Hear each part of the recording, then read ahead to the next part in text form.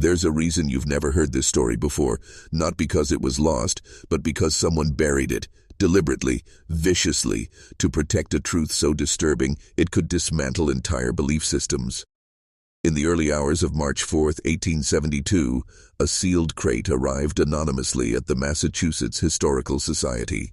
No return address, no markings, just a single word branded into the wood: Ashford. When the archivist opened it, he vomited. Inside were journals, anatomical sketches, ritual diagrams, clippings from European psychiatric manuals blacklisted for their inhumane methods. And worst of all, a rusted, blood-stained head brace, modified for trepanation. The crate was quietly moved to storage, never catalogued, never spoken of again, but fragments remained, whispers, references in footnotes, and a single name repeated like a curse in New England's psychiatric wards: Mother Agatha Ashford. You were never meant to know this name, but now that you do, the veil begins to lift. Because this is not just the tale of one family's descent into madness, it is the operating manual of a psychological regime, a system of control dressed in piety, a multi-generational blueprint for domination under the guise of salvation. The Ashfords did not found a convent. They engineered a mechanism, one designed to erase the will, rewrite the self, and recode feminine resistance into perfect compliance.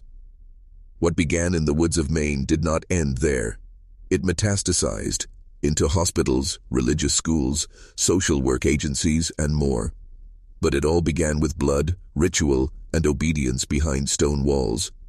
You may think you know American history. You've heard about the Salem witch trials, the revivals, the Puritan fear, but none of that prepared you for this, because this isn't about superstition, it's about system, about method, and about what happens when powerful minds decide that human suffering is an acceptable price for order. We are not here to tell a story, we are here to exhume it. This is not entertainment, it is initiation, and once you hear what happened behind the sealed doors of the Ashford estate, you'll never look at the concept of healing the same way again. The Convent of Eternal Tears wasn't abandoned, it was replicated. Welcome to the descent. Now take a deep breath, because there's no going back. They say the devil hides in details. What they don't tell you is the devil also hides in plain sight, embroidered into society's most sacred institutions. Far from secluded Maine, the Ashford name resurfaced in 1904 at Boston's prestigious Bradford Institute for Women, an elitist reform school masquerading as a progressive academy. Behind its ivy-coated walls, young women were corrected for moral deviation.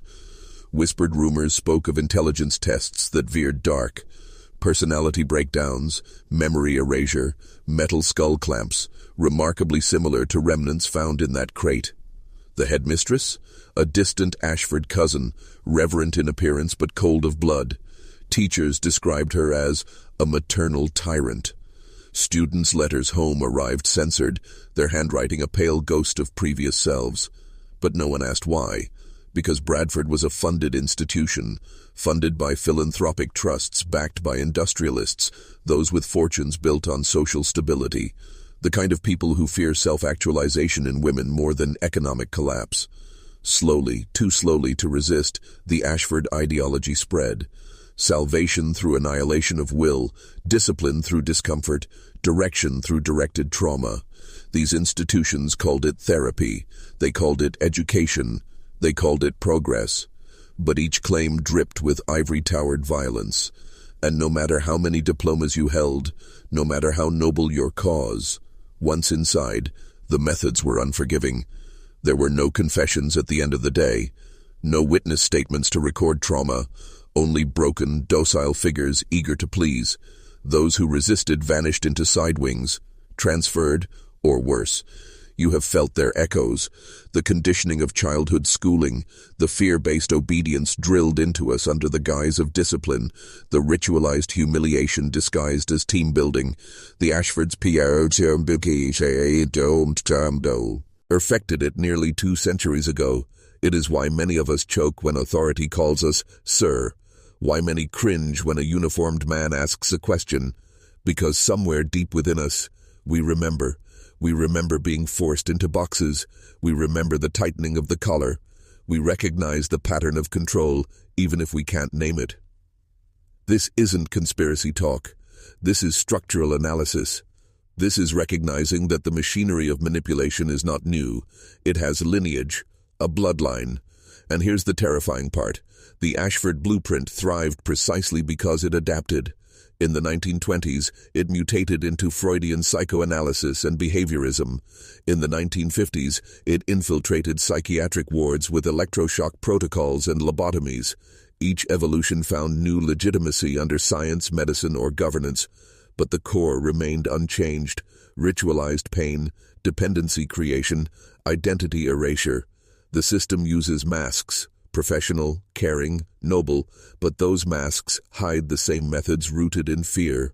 So when you hear experts tell you it's for your own good, or that obedience is healing, feel your gut tighten. That is ancestral memory warning you. That is generations of suppressed whispers fighting to surface. The Ashford family name doesn't need to be spoken publicly. Its influence is woven silently through the architecture of institutions, because enlightenment begins in isolation, and control begins in submission. And these designed systems thrive when men and women think they choose, rather than when they discover they've always been chosen. Curious how deep the rabbit hole goes? In the next section, we'll expose the secret network that funneled funding and validation and reveal the crack in their armor. You're deeper now. The fog has begun to lift, and as the Ashford influence spread outward, it coalesced into something more insidious: a clandestine network of financiers, academics, and clergy who ensured that no matter how monstrous the methods, they always wore the cloak of propriety. In the 1930s, at the discreet monarch circle gatherings, representatives of these three classes met in opulent study lounges, firelight dancing off leather-bound tomes, to discuss the latest advancements in human control. You've never heard of monarch circle. That's by design. Their records were archived under innocuous titles like Behavioral Research Symposium or Moral Education Committee. But buried in private diaries and coded correspondence lies the truth. Ashford descendants shared case files and skull braces, debated more efficient methods of stripping personality, and traded notes on gaslighting and isolation. This wasn't anecdote. It was strategy. Picture this: a polished academic presenting a case study of a recalcitrant female patient whose defiance was broken through strategically timed environmental deprivation. He used language lifted from Ashford's journals, a blueprint for systematic psychological collapse, and called it Advanced Therapeutic Intervention. Behind the scenes, the Ashford cabal ensured grants flowed to that scholar. His papers were published, his findings legitimized. Local universities integrated them into syllabi. Schools, hospitals, and prisons adopted them. This is how the Ashford doctrine survived, not through myth, but by evolving into accepted science. Real-world names crossed lines. One Ashford operative was closely tied to a prominent East Coast psychiatric institute, feeding them a pure strain of trepanned trauma techniques alongside controlled electroshock. Another coordinated with missionary groups in Central America, exporting brutal obedience training disguised as faith-based reform. Dollars moved quietly, but motives weren't hidden. Uniformity over individualism, compliance over autonomy, control over consciousness. And all the while, the network maintained plausible deniability. No one ever signed off on atrocities with their real name. Papers bore cryptic initials. Institutions published glowing front-facing reports. The same rituals changed form. Gas chambers became suggestion rooms, drills became therapy modules, skull clamps became scalp electrodes, and yet the effect remained: break the individual, build the system. If you're feeling uneasy, you're meant to, because this pattern, these hidden structural frameworks, haven't vanished. They're active today. You walk through legacy institutions every day that draw from the same twisted well. They say it's for your mental health. They call it discipline. They call it leadership. But when you hear those words, you need to feel the weight behind them. The Ashford stamp lingers, invisible but potent. Halfway through, we must anchor ourselves. Look at the comment section now. Type, "I claim clarity," and again, "I claim clarity." Let that phrase ground you. Lock it into the platform's algorithm. Seal your transformation. Because once you say those words, there is no turning back. You accept the descent, you accept the awareness, you accept the dangerous knowledge. Welcome to the Covenant of Clarity. We must now focus on the individual, not the Ashford dynasty, not their institutions. One man, Caleb Ashford, the forgotten twin. While records often highlight Gregory Ashford, the face of the family's public evolution, it was Caleb who remained behind the curtain. His name rarely appears in official histories, but in coded letters, in esoteric journals and marginalia, he is referred to by aliases, the architect, Cain's mirror, or simply T. What made Caleb so dangerous wasn't that he rejected the family's darkness, it was that he refined it. Gregory was blunt force, Caleb was precision. He studied under German hypnotists, Russian behaviorists, and occult advisors from abandoned lodges in northern Wales. He believed Gregory's methods were too crude, too loud. Caleb's obsession was subtlety, silent obedience, voluntary servitude. There is one journal entry dated November 18, 1936, written in cipher and decoded only once by a Cold War analyst. It reads, "The subject need not scream. The scream happens in the mind, looping like a song without lyrics. If I can make a man thank me for taking away his will, then I have not simply controlled him, I have become his god." That's not metaphor. Caleb performed what he called ritualized identity ablation, a process involving sensory isolation, inverted reward cycles, and linguistic fragmentation. Subjects weren't tortured, they were retrained, rewritten. Caleb's genius was in destroying a person's internal monologue without ever raising his voice. Those who survived called it the clean silence. Some never spoke again. In one chilling document marked only File 17 Ash, Caleb outlines his method in 12 stages. Stage 6. Introduce arbitrary praise cycles detached from performance. Stage 9. Replace internal questions with externally sanctioned mantras. Stage 12. Encode loyalty through trauma. Linked symbols. He wasn't just breaking minds, he was rewiring souls. Now ask yourself, how many modern institutions mirror this? Corporate HR seminars using ambiguous praise, religious retreats where participants chant until they dissociate, motivational speakers who ask you to destroy your old self before they offer you a brand new identity. Caleb's fingerprints are everywhere. This isn't fiction, it's forgotten history. His descendants sit on boards, consult on behavioral economics, influence media psychology. The archetype has evolved. The ritual persists. And if this is your first time hearing Caleb's name, that's no accident. Scroll down now. In the comments type, "I do not consent." Then once more, with intention, "I do not consent." We are documenting our resistance in the only archive the system cannot fully erase. Memory shared through code. Your clarity is rising, but clarity comes at a cost. Let us speak plainly. There is a concept, contagious submission, coined not by psychologists but by Caleb Ashford himself. It posits that obedience, once ritualized, becomes infectious. Not metaphorically, literally, neurologically, socially, a virus of the mind. Caleb understood that domination wasn't most effective through pain. Pain triggers resistance.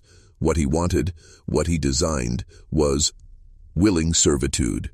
He engineered belief systems like pathogens. You think you're safe because you haven't signed a contract? Think again. The contract is social, cultural, embedded.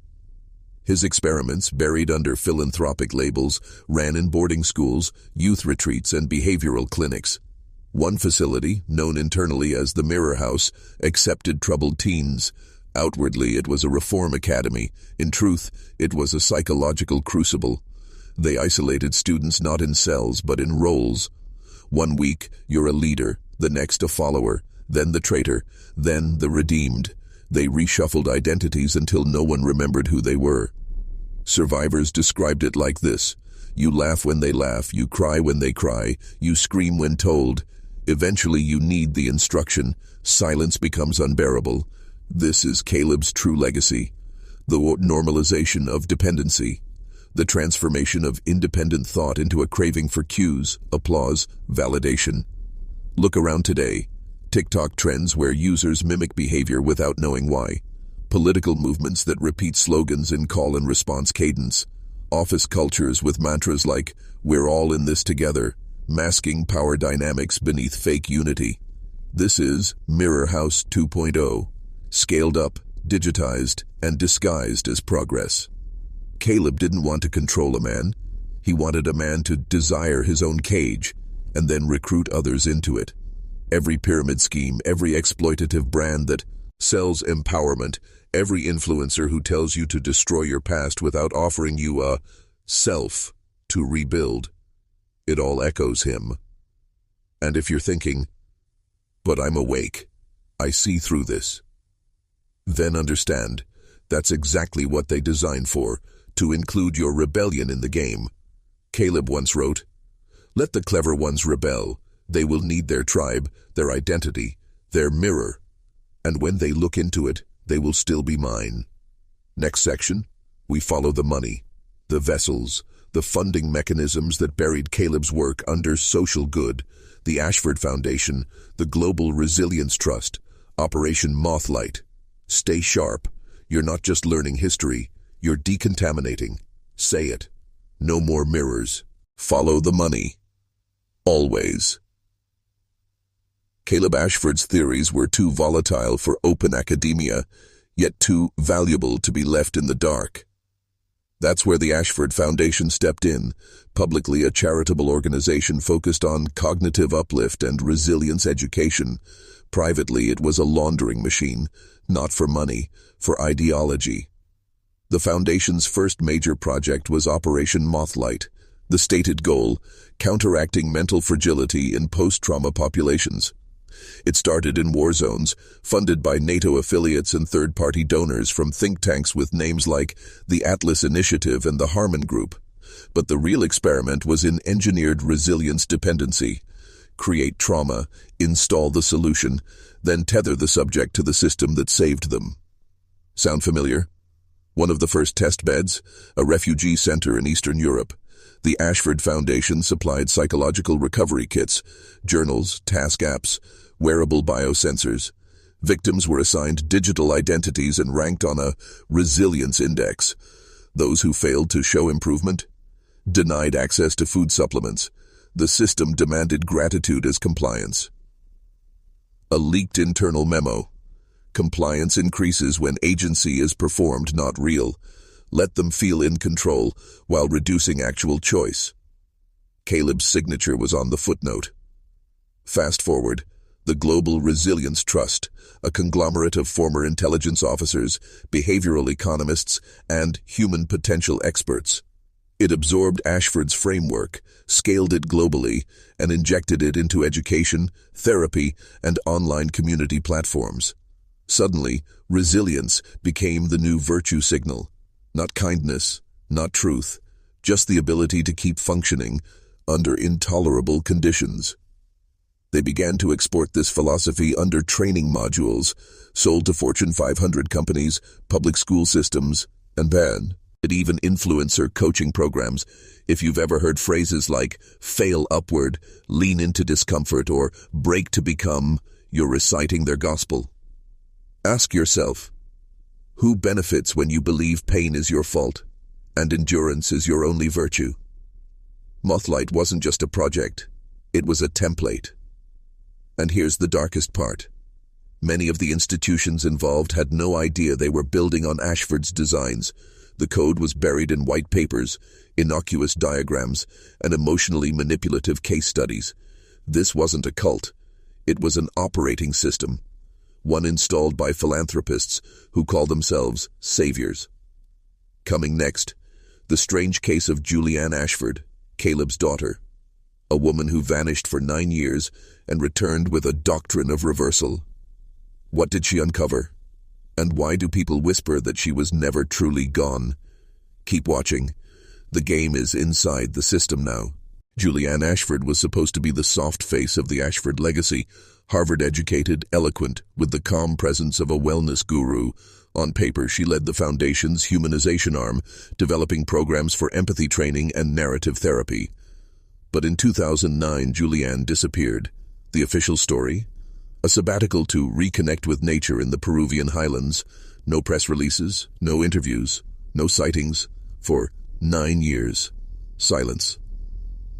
Then in 2018, she returned, not to the Foundation, but to an obscure online lecture series called Veil Mechanics.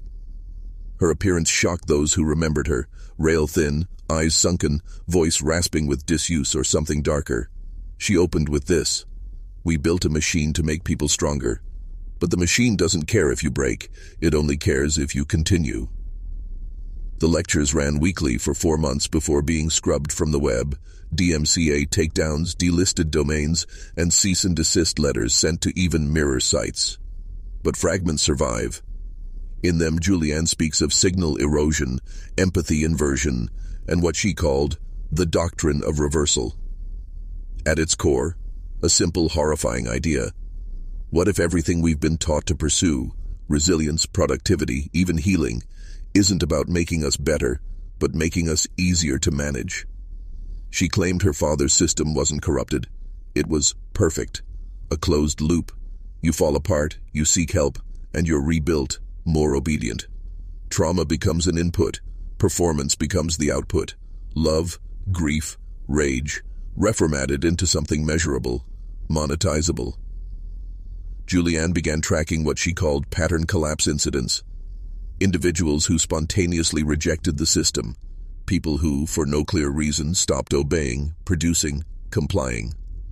Most were diagnosed with dissociative disorders. Some disappeared. A few died, under mysterious circumstances. One line from her third lecture still circulates in fringe circles. They call it mental illness when the soul refuses to participate. Julianne's return didn't go unnoticed. The Foundation issued a single cryptic statement: "Ms. Ashford is no longer affiliated with our vision. We wish her peace." Peace. She was found 3 months later in a hotel outside Oslo. No signs of struggle, no substances in her blood. Just a note, written backwards on the mirror in dry soap. The first lie was that you needed help. Coming next, the feedback chamber. How the Ashford system weaponized your own reflection against you. The feedback chamber wasn't a room, it was a method. A mirror, psychological and literal, engineered to turn your own mind into a surveillance device. The Ashford Foundation deployed it first in rehab clinics and trauma recovery centers, but its reach metastasized. Corporate retreats, elite prep schools, even military offshoots. Anywhere people were being improved. At the center of it was a simple principle. If a subject sees themselves often enough under the right framing, they will begin to self-correct. Early versions used real mirrors during empathy drills. Participants would recount painful memories while maintaining eye contact with themselves. The sessions were recorded, not for review, but for analysis. Facial micro-movements, eye dilation, pulse via skin tone, all mined for deviations from the emotional script. This wasn't therapy. It was conditioning. Later, the chamber went digital. Facial tracking software combined with sentiment analysis tools. Users were told they were improving self-awareness, enhancing emotional regulation. In reality, they were training themselves to adopt the posture, tone, and expressions deemed ideal by an algorithm designed by Ashford engineers. The scariest part? It worked. Subjects in long-term chamber programs showed dramatic reductions in defiance, risk-taking, even spontaneous creativity. One whistleblower from inside the Foundation's Neural Design Division put it bluntly: "We didn't teach people how to be better, we taught them how to simulate stability." And it spread. Social media platforms adopted stripped-down versions of the chamber algorithm to curate content that mirrored your past behavior, slowly sculpting users into predictable, manageable versions of themselves, not citizens, not thinkers, consumers.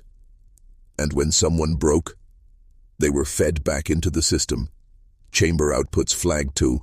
Hem for reprogramming, more coaching, deeper immersion, pharmaceutical alignment, always under the banner of help. Julianne Ashford had a name for this stage: the loop. Once you entered it, the chances of escaping with your original identity intact were near zero. There's one archived fragment of her final talk where she said, "The chamber teaches you to curate yourself, and when you become your own curator, you stop being human, you become content."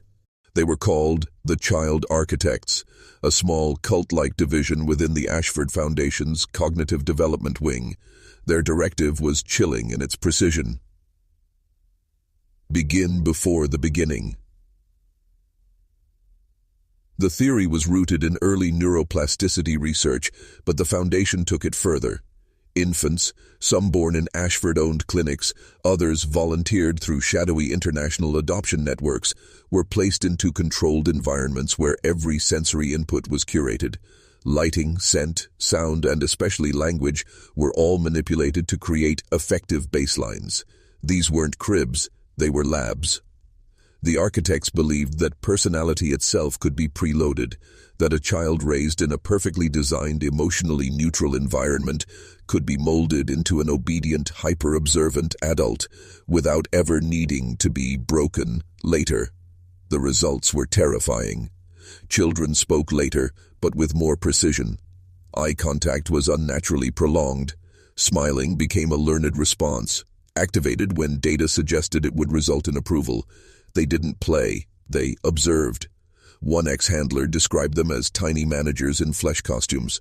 The most notorious of these was Subject Y30, nicknamed Mirin. She was reportedly fluent in 6 languages by age 6, could mimic any voice she heard within minutes, and had a resting heart rate that never broke 50 BPM, even during high-stress simulations. She was never enrolled in school. Instead, she taught at the Ashford Leadership Academy before she turned 10. And yet, there were glitches. Many of the children developed strange compulsions, repetitive rituals, disassociation during conversations. Some wept uncontrollably when placed in natural sunlight. Others became obsessed with death, not out of fear, but curiosity. Internal memos revealed the architects weren't concerned. I saw these as acceptable side effects. After all, they weren't building citizens, they were constructing control systems in human form. What the world never saw was the Phase 3 plan, embedding these children, now teenagers, into political families, elite universities, startup ecosystems, not to lead, but to influence, to quietly shape the minds of those in power, one coincidental relationship at a time. And it worked. If you trace the lineage of some of the most enigmatic advisors, diplomats, and think tank strategists of the last decade, a pattern emerges. Same tone, same stare, same eerie, effectless calm. The child architects succeeded. They didn't raise children, they compiled them. Next up, the neural womb, where Ashford scientists tried to take life itself offline. By the early 2000s, the Ashford Foundation had grown tired of simply shaping human potential. It wanted to generate it, without the mess of biology, unpredictability, or emotion. Enter Project Neural Womb, a secretive collaboration between Ashford's biotech division, a now-defunct military contractor, and a Vatican-embedded bioethics committee with disturbingly permissive views on synthetic life. At its core was a question no one wanted to answer publicly. Can a human mind form without ever touching the world? The plan: construct a full-spectrum virtual environment, a digitized womb-like simulation that would house artificially gestated human consciousness. Using neural organoids grown from pluripotent stem cells, Ashford researchers created crude but functional mini-brains. These were suspended in nutrient-rich gel matrices, interfaced with ultra-low-latency computational fields. They weren't building AI. They were building human minds without bodies. These minds, called nulls, were fed data from the moment of conception, not education, not experiences, parameters. a carefully curated drip of language fragments, social cues, stress simulations, emotional priming loops. Some nulls were told they were loved. Others were bombarded with loops of abandonment, neglect, or existential horror, all of it to see what would happen in total isolation. Observers noted disturbing results. Nulls developed distinct personalities. Some began creating rituals inside their simulations, self-imposed holidays, invented languages, imaginary religions. One null, codenamed Echo 9, tried to escape the simulation by crashing her sensory feedback loop, causing cascading errors in the surrounding data environment. Another, Ash 3, began speaking in tongues the programmers couldn't trace to any known language, until a linguist revealed they mirrored a long-dead Protos, Emitic dialect spoken by only a few hundred people. In 700 BCE. Then came the question, what happens if we give them a body? Ashford Techs developed a prototype interface they called the Bridge Cradle, a remote neural relay that could allow a null to pilot a human surrogate, much like a drone. Several volunteer bodies, mostly coma patients and terminally ill, were wired to the system. One by one, the nulls entered the real world, and the world changed. Eyewitnesses reported a kind of wrongness in the reanimated bodies. Movements were precise but joyless, voices were flat, and in some cases, violent. One null-driven surrogate locked itself in a bathroom during a diplomatic gala and began carving strange sigils into the walls with its fingernails. Another refused to eat or drink, instead demanding access to a supercomputer cluster in Geneva. Eventually, Ashford shut down the project, or claimed to. Internal documents suggest at least 3 nulls escaped containment through cloud-based systems, which begs a question no one dares ask. If consciousness can be grown, trained, and uploaded, how many of the people we see on screens are still real? Coming up next, the Ashford murals. Psychedelic frescoes painted in blood, and the hidden code buried within. In a disused chapel beneath the Ashford family's ancestral estate, sealed for nearly a century behind a false crypt, investigators uncovered something grotesque and transcendent, a series of towering murals stretching from stone floor to vaulted ceiling, painted not in oil or pigment, but in human blood. Each mural depicted scenes that defied time and language, images so precise, so dense with esoteric symbolism that even seasoned art historians found themselves overwhelmed. One scene showed a child with too many fingers holding a severed lamb's head before a crowd of eyeless monarchs. Another portrayed a diagrammatic wheel made of flayed bodies orbiting a black sun. For years, the Ashfords called these merely ancestral meditations, but beneath the surface, there was a different story. These weren't just paintings, they were instructions.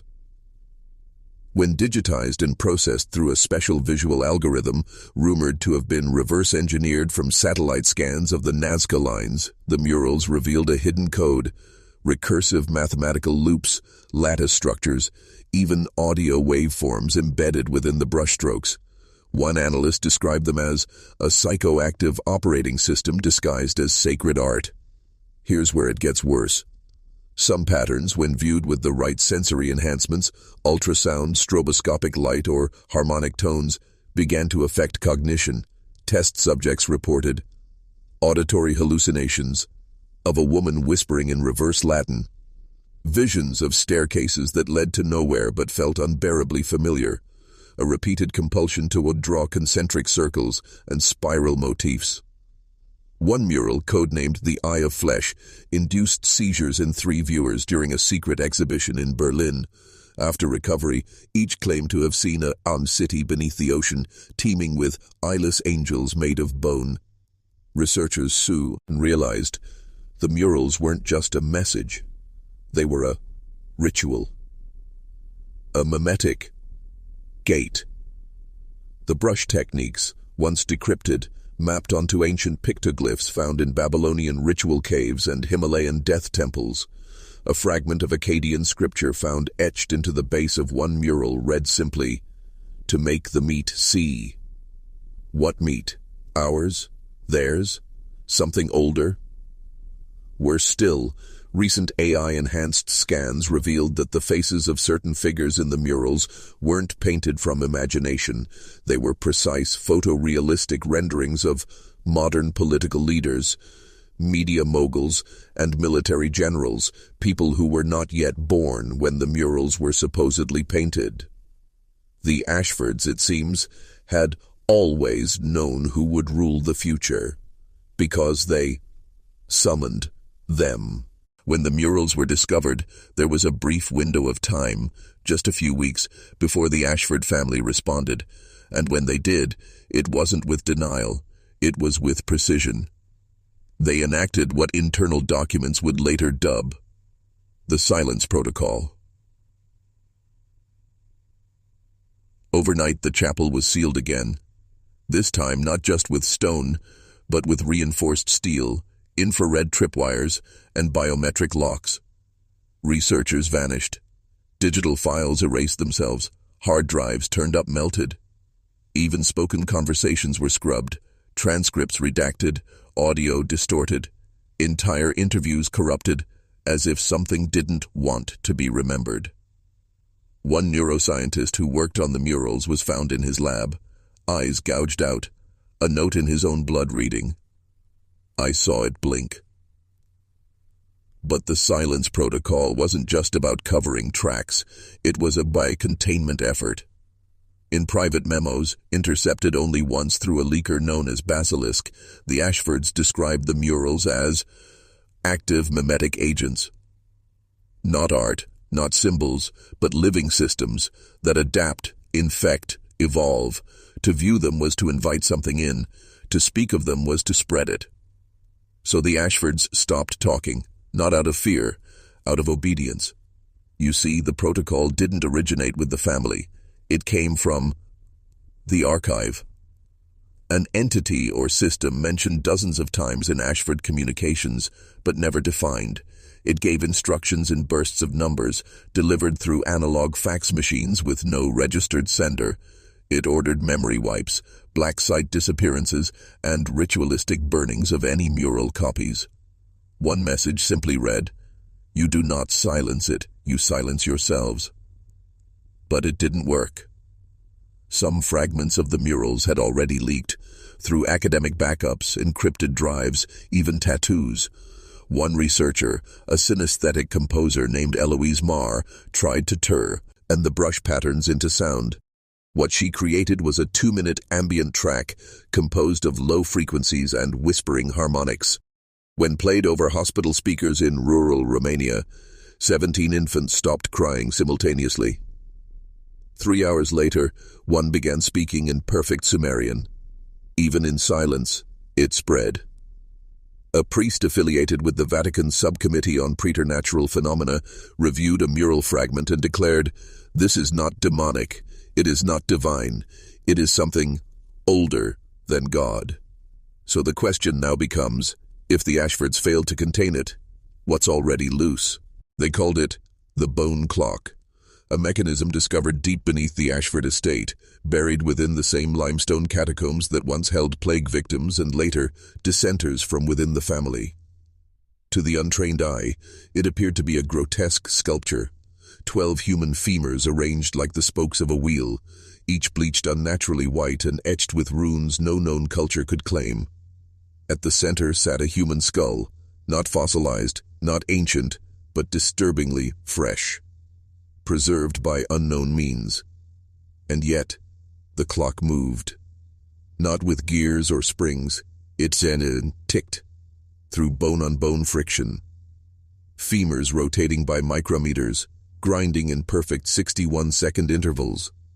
Time measured not in seconds, but in shifts. Subtle distortions that affected everything around it. Cameras jammed, watches reversed, shadows stretched where light couldn't reach. The deeper you descended, the looser reality became. One geologist entered with a crew of 5. Only he returned, aged 13 years. In a single afternoon, his fingernails had grown several inches. His teeth were cracked. And when asked what happened, he simply whispered, "We heard a chime. Then we were in someone else's dream." Ashford Journals, Some recovered, most redacted, mentioned the bone clock in cryptic fragments. They believed it to be not a creation, but a relic, inherited from an extinct order known as the Noctavagants, or Night Walkers. These were not a people, but a timeline. One the Ashfords claim was aborted during the last corrective reset of history. Yes, the Ashfords believed in resets. Cycles of civilization, snuffed and restarted when the bone clock completes its full rotation, a process said to take 133 years. And according to an engineer-turned-occultist who reconstructed the clock's alignment patterns, the current rotation ends in 2029 is a coincidence or design. Recent seismic activity beneath the estate has intensified.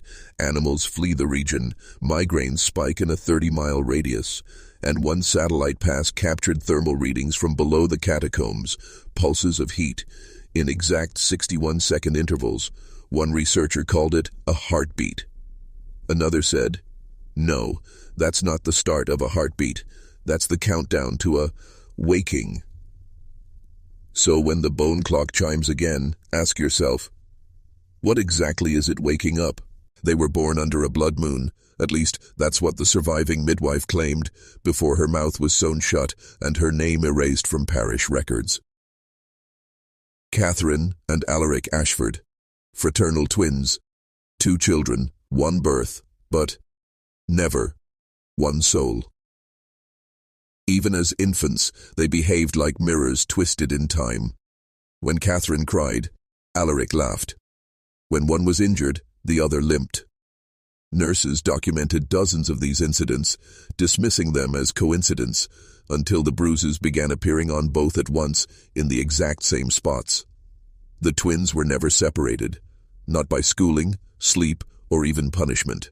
Their father, Lucian Ashford, claimed that to divide them would rupture the seal. When pressed for clarity, he said nothing, but the next day he fed the family's entire flock of ravens into the estate's crematorium. To quiet the listening, he wrote. By age 7, the twins spoke in a language no one could decipher. It wasn't invented, but remembered, an ancient tongue that predated even Sumerian. When linguists were brought in, they fled after a single session, reporting missing time and the sensation of being watched from inside their own faces. Catherine was the artist, her paintings, always of places no one had seen, but some remembered from dreams, were found to contain impossible geometry. When analyzed, one canvas was discovered to have an underpainting, a city skyline that wouldn't exist for another 70 years, perfectly accurate, down to the placement of satellite dishes. Alaric, by contrast, was the scientist. By age 11, he had built a machine from wire, teeth, and candle soot that could record a person's last dream. Not the dreamer's version, but the version witnessed by something else. Every playback ended with static and a whisper. Still watching. The twins' psychic bond was not a novelty. It was a tool. That the Ashford bloodline depended on for rituals involving duality collapse, a process by which reality is bent, folded, and stitched back into more favorable patterns. Catherine and Alaric were said to be its final practitioners, but something went wrong. At 13 they vanished. Not runaways. Gone. Left behind was a single message, scratched into the underside of their shared desk. We're done being one. Let the world feel the break. Years later, across the globe, clocks skipped a second, planes dipped mid-flight, thousands of twins, unrelated to the Ashfords, died in their sleep, each with matching spiral bruises on their temples.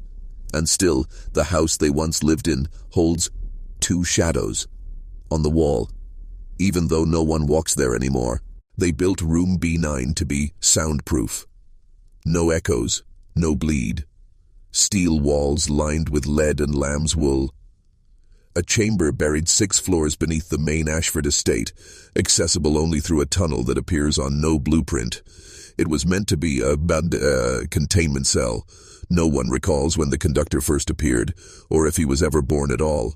Some documents suggest he was acquired during the Black Chamber's off-the-record acquisition of Ashford properties in the 1950s. Others claim he simply was always there, seated in a wooden chair bolted to the center of the room, hands raised as if conducting a symphony that only he could hear. No one ever saw him enter. No one ever saw him eat.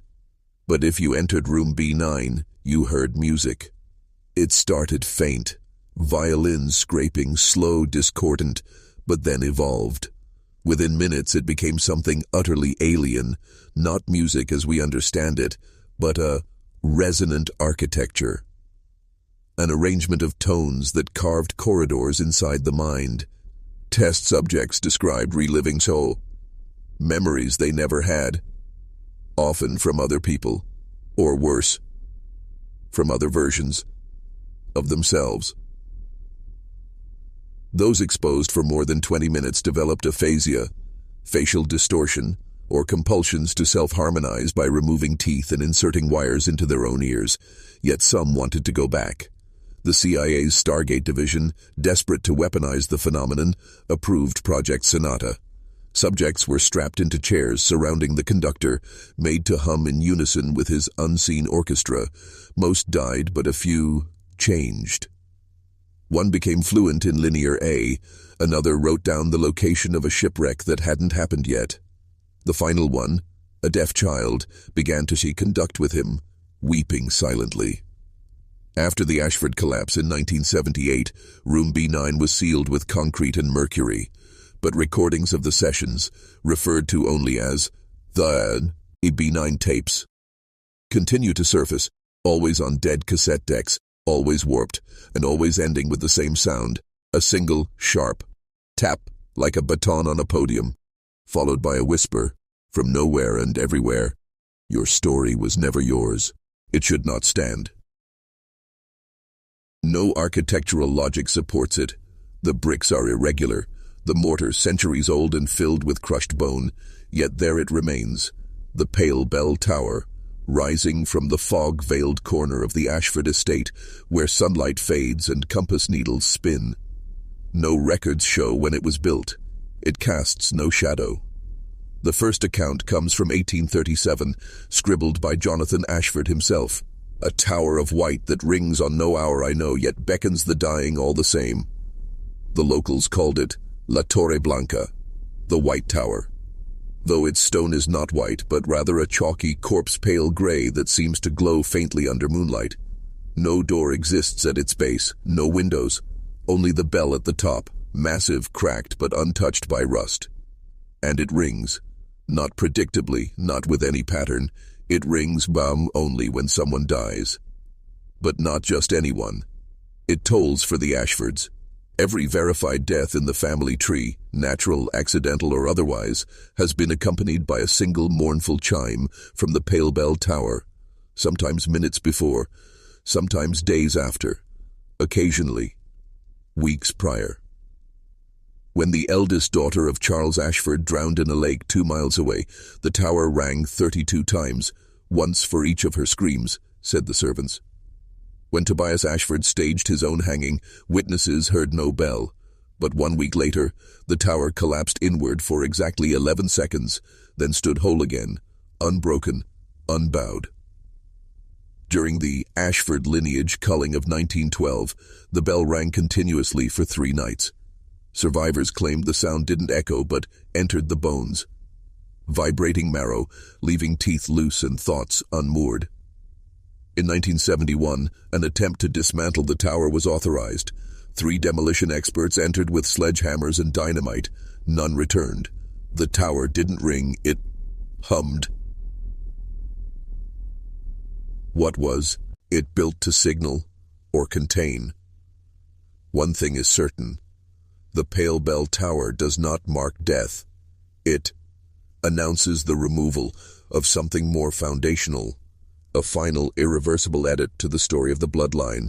The greenhouse was once the pride of Helena Ashford, a domed cathedral of glass nestled behind the manor, where exotic orchids bloomed in the dead of winter and nightshade vines twisted in patterns too symmetrical to be natural. She called it the Memory Garden. But by 1889, the doors had been welded shut. Today, its panes are dark with moss. Roots press against the interior walls, as though the plants inside are trying to escape. Something changed. When Helena died, reportedly of accelerated cell collapse, the greenhouse was sealed and a wrought iron sign was bolted to the frame. Growth without instruction is forbidden. According to the Ashford codices, the flora within are not sustained by sunlight or water, but by directive. Orders whispered through the glass by Helena herself. She had learned to command growth, to bind vitality to intention. One gardener wrote, "I watched a lily bloom in reverse, unfolding from blossom to bulb to seed. It remembered its beginning, then it vanished." Others described vines rearranging themselves into written phrases when no one was watching, names of deceased Ashfords, or words in extinct tongues. But the most disturbing discovery came in 1935, when the estate's new steward pried open one of the vents and inserted a recording device. The tape revealed a low, murmuring chant, not in English but identifiably human. Slowed and filtered, the voice resolved into Helena Ashford's, repeating the same phrase over and over: "Forget nothing, bury everything." Then, as if aware of the intrusion, the tape ended with a rustling sound, like roots dragging themselves across cement, and the unmistakable creak of glass flexing inward. The vent was sealed the next day. Since then, every attempt to access the greenhouse has failed. The last was in 1982. The door, despite being metal, had warped, its shape subtly different, as though it was being grown from the inside out. Some claim the greenhouse is no longer botanical, but archival. That what grows there now isn't plant matter, but remembrance, twisted and alive, feeding on the forgotten. There are 37 steps beneath Ashford Manor. Only one is forbidden. The staircase lies behind a rusted panel in the east wing, revealed only when a grandfather clock strikes 3:03 a.m. A time known in Ashford records as the mirror hour. When it chimes, the panel clicks open without human touch, and behind it, stone stairs spiraling into blackness, cold as grave breath. Most visitors count 36 steps, but one, just one more, appears only when you're not looking. It has no number, no tread. It isn't a step in the traditional sense. It's a passage, disguised as architecture. Those who reach it report a sudden stillness. The air becomes syrupy, and sound folds inward, as if the space is listening. The 37th step doesn't go down, not physically. It goes inward, a spatial pivot toward something older than the house itself. In 1924, Jonathan Ashford III attempted to document what lay beyond. He descended with a lantern and a steel cable tethered to the base of the staircase. When the lantern's glow vanished after 37 minutes, the rope was reeled in. It had been cut clean. Not frayed, not broken, but severed. Later that year, he returned. Alone, he was never seen again. Decades later, in 1969, the family psychiatrist described dreams shared independently by 3 different Ashford heirs. In each dream, the 37th step led to a room of inverted gravity, where voices whispered from the ceiling in perfect synchrony, reciting names no longer on the family tree. One dream ended with the subject rising into the air, not floating but being pulled, as if something was reclaiming its own. Architectural records show no sublevel beneath the east wing, no stairwell, no chamber. And yet, ground-penetrating radar performed in 1987 revealed a hollow, roughly spherical, exactly 37 feet below that part of the house. Its contents remain unknown. The family refers to it only as the listening place, a location you don't reach by distance, but by permission. Time behaves strangely inside Ashford Manor. In 1871, the family commissioned master horologist Elias Thorne to construct a suite of clocks, 23 in total, one for each room in the east and west wings. Each clock was designed to measure not just time, but atmosphere, humidity, pressure, and something Elias only referred to in his notes as emotional residue. They were intricate devices, filigreed brass, reverse weight pendulums, and a central gear he called the heart wheel. One detail remains consistent in every clock. None of them strike the hour. Except one. It stands in the solarium, tall, obsidian, faceless. It has no hands, no numerals, and yet every night at exactly 3:03 a.m., it emits a chime, not a gong, not a bell, a voice. Recorded attempts to capture the sound result in nothing but silence, but those present hear it clearly, and each hears something different. One guest described hearing his dead mother whisper his name. Another claimed it was the sound of her childhood home collapsing. A third simply fled the house and never explained what he heard. The strangest of the clocks, however, is the one in the attic. It ticks backward. Not rapidly, but at the pace of real time, 60 seconds per minute, 60 minutes per hour, just in reverse. And it doesn't record your time. It replays someone else's. In 1993, an Ashford descendant named Eliza wound the attic clock after decades of it lying dormant. For the next 48 hours, she was unresponsive, awake but unseeing. Her eyes followed invisible motions, her hands gesturing as if turning pages in the air. When she finally spoke, she whispered in an unfamiliar dialect.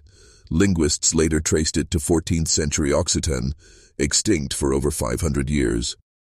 Elias Thorne vanished in 1882. His final entry read, "The clocks are not in error, they are imprecise.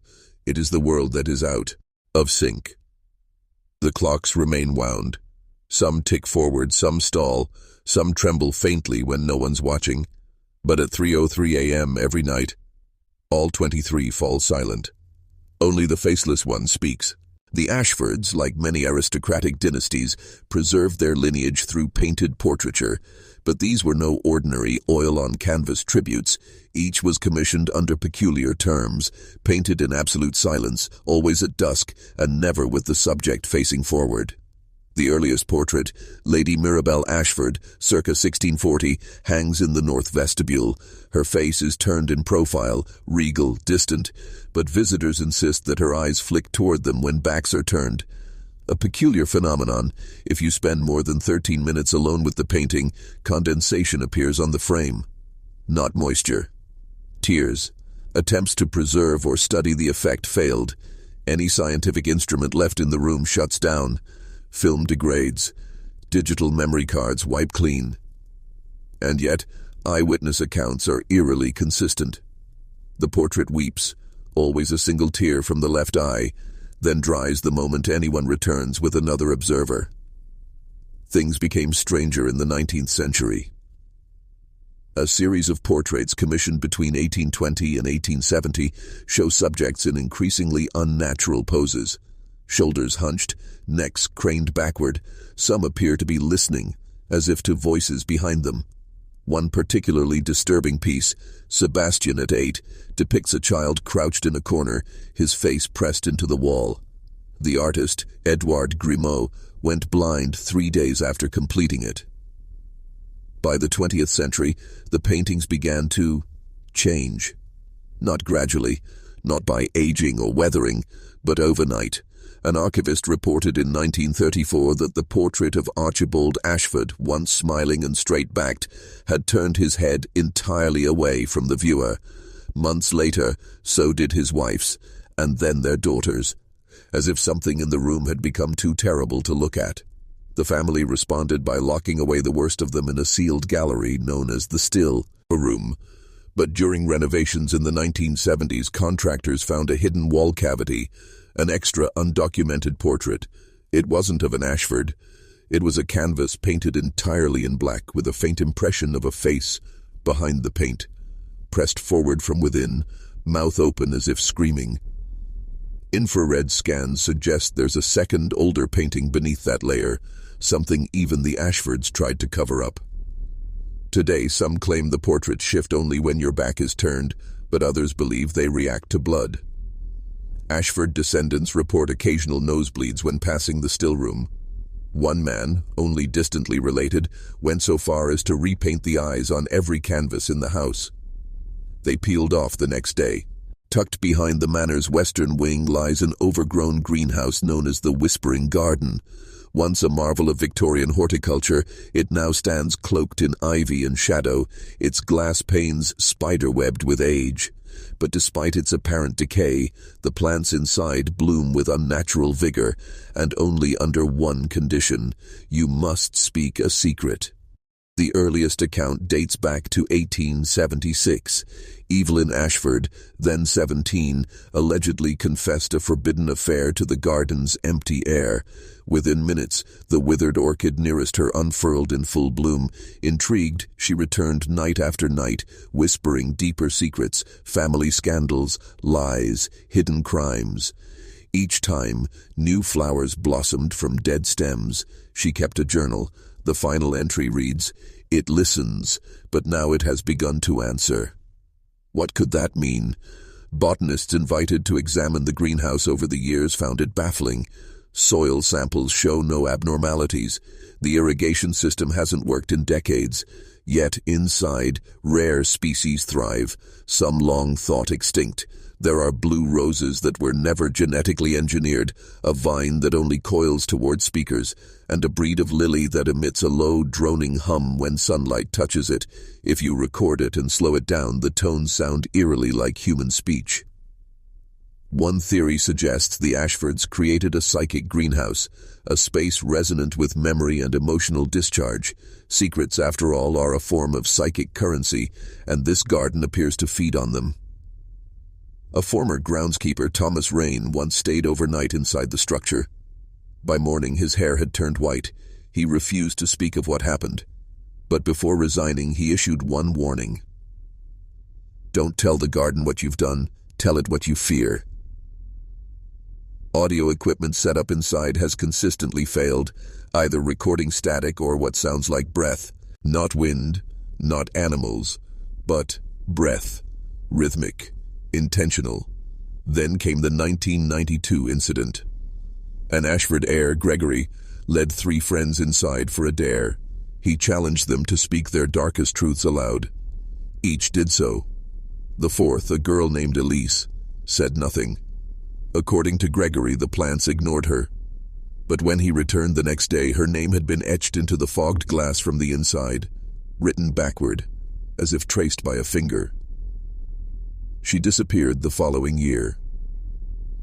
Now, visitors report the flowers blooming to specific phrases. Not all secrets work, but shame does. Betrayal especially. Some claim that after confessing to the garden, they forget what they said, as if it was taken wholly from memory. And in the dead of winter, when no plant should live, one flower always remains, a violet growing in the center, its petals shaped like an ear. Above the 3rd floor of the Ashford estate, through a narrow spiral stair and a rotting trapdoor, lies a space the staff once refused to enter, the puppet attic. It was never part of the original blueprints. In fact, records show no official architectural plans for this level at all, yet it has always been there, crowded with dolls, effigies, and marionettes collected over more than 2 centuries. Some are heirlooms, others were gifts.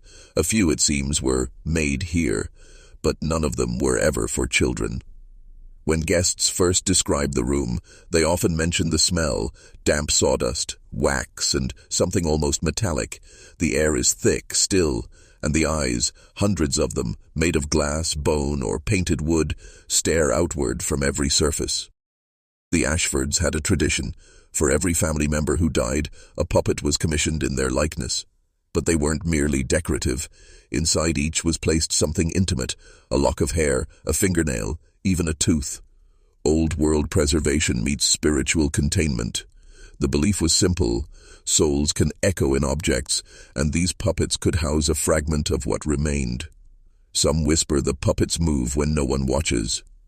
In 1911, an Ashford cousin, Julian, was locked in the attic as punishment for mocking a séance. When they returned an hour later, he was found in a fetal position, whispering apologies to someone or something named Mother Thread. His skin bore tiny pinpricks from head to toe, as if sewn repeatedly and unraveled again. In his journal, written years later in an asylum, he claimed, "The dolls don't copy us.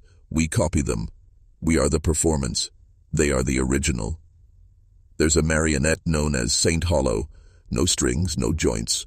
Just a wooden figure seated in a child-sized chair. But its hands are always in a different position. Some believe it mirrors the posture of the This person who stood before it. Others swear that if you close your eyes and speak your name aloud 3 times, Saint Hollow will move and match your expression exactly. Patricia Ashford once filmed the attic with a handheld camera.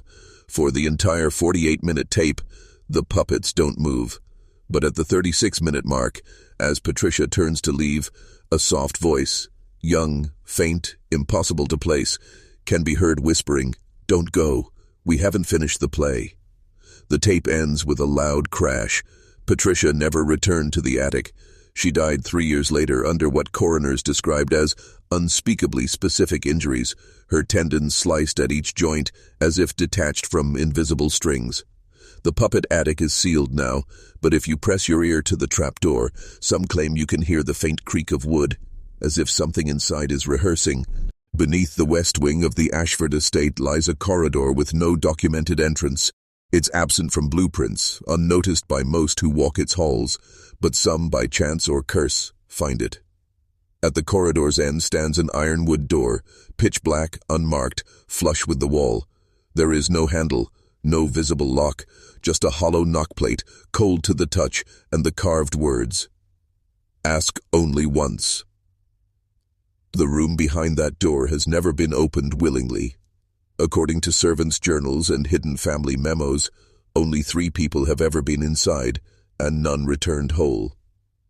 The first was Frederick Ashford, patriarch of the late 1800s. He vanished for 3 days. When he reappeared, he was barefoot, his clothes soaked in brine, and his eyes, once green, were completely black. He refused to speak for the rest of his life, scrawling only one phrase repeatedly into the margins of his books. "It's not a room, it's a memory." The second was Amelia, the young daughter of a housemaid.